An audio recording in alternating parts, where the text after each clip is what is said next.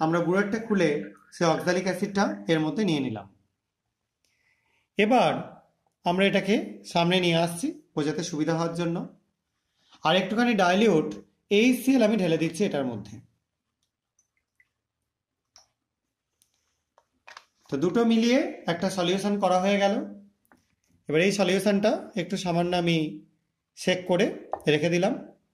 এবার আমি এর মধ্যে যোগ করে দেবো কিছুটা সোডিয়াম সালফাইড Na2S। এটা আমি সলিউশন না করে জাস্ট একটা বিড বা একটা টুকরো আমি এর মধ্যে যোগ করছি। আপাতত এখানে বিড পাচ্ছি না, আমি এখানে ফ্লেক্স পাচ্ছি, সেটাই আমি যোগ করে দিচ্ছি। দেখতে পাচ্ছ তোমরা, এটা একটু যোগ করলাম এবং যোগ করবার পর আমরা কিছুটা ওয়েট করব।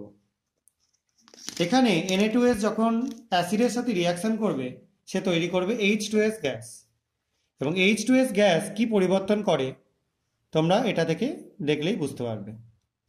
দেখতে পাচ্ছ সলিউশনটার কালার আস্তে আস্তে পুরো চলে যাচ্ছে এবং একটা স্বচ্ছ ক্লিয়ার সলিউশন তৈরি হয়ে যাচ্ছে। ঠিক আছে, এবং সলিউশনটা একটু টার্বিড হয়ে যাচ্ছে, সেটার অন্যতম কারণ হচ্ছে এখানে সালফার তৈরি হচ্ছে, সেই কারণের জন্য সলিউশনটা একটু টার্বিড হয়ে যাচ্ছে। তো এটা একটা খুব ভালো রেডক্সের রিয়াকশন, যেখানে অ্যাসিডিক মিডিয়ামে পটাশিয়াম পার ম্যাঙ্গানেটে যখন আমরা H2S গ্যাস পাস করাচ্ছি, আমি এখানে Na2S দিয়েছি, আলটিমেটলি কিন্তু H2S তৈরি হচ্ছে, সেটা পাস করাচ্ছি, তখন সেখানে MnCl2 তৈরি হচ্ছে, এবং যেটা তৈরি হওয়ার কারণে এটা পুরোপুরি কালারটা আস্তে আস্তে ডিসঅ্যাপিয়ার করে যাচ্ছে।